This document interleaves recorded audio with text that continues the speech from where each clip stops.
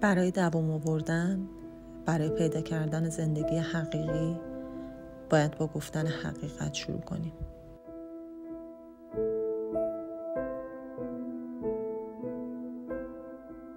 سلام، من آیدا هستم، خالق رادیو اذعان.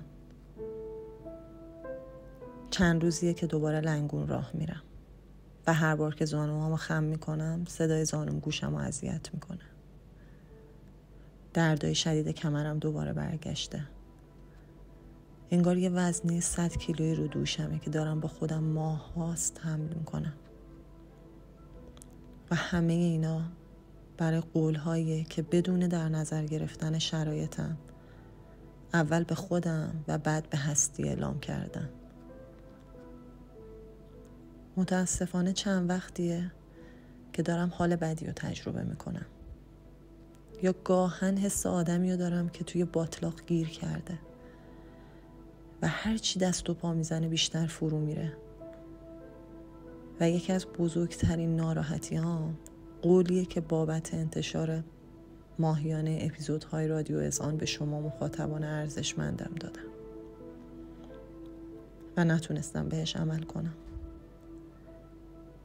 اول فکر میکردم فقط به خاطر کاملگراییمه، اما بعد متوجه شدم نه تنها کاملگرایی، بلکه در نظر نگرفتن شرایط زندگیم، جسمی و مشغله های هر روزم در این وقفه طولانی مدت دخیل بوده و الان حالم خوب نیست. خواستم اینجا اول به خودم و بعد به شما اذعان کنم که من آیدا نمیتونم در حال حاضر و با شرایطی که دارم هر ماه یک اپیزود ضبط و منتشر کنم. اما هر زمان که شرایطم مهیا بشه برای تولید اپیزود جدید همه تلاشمو میکنم که بهتر و قوی‌تر از قبل برگردم کنارتون.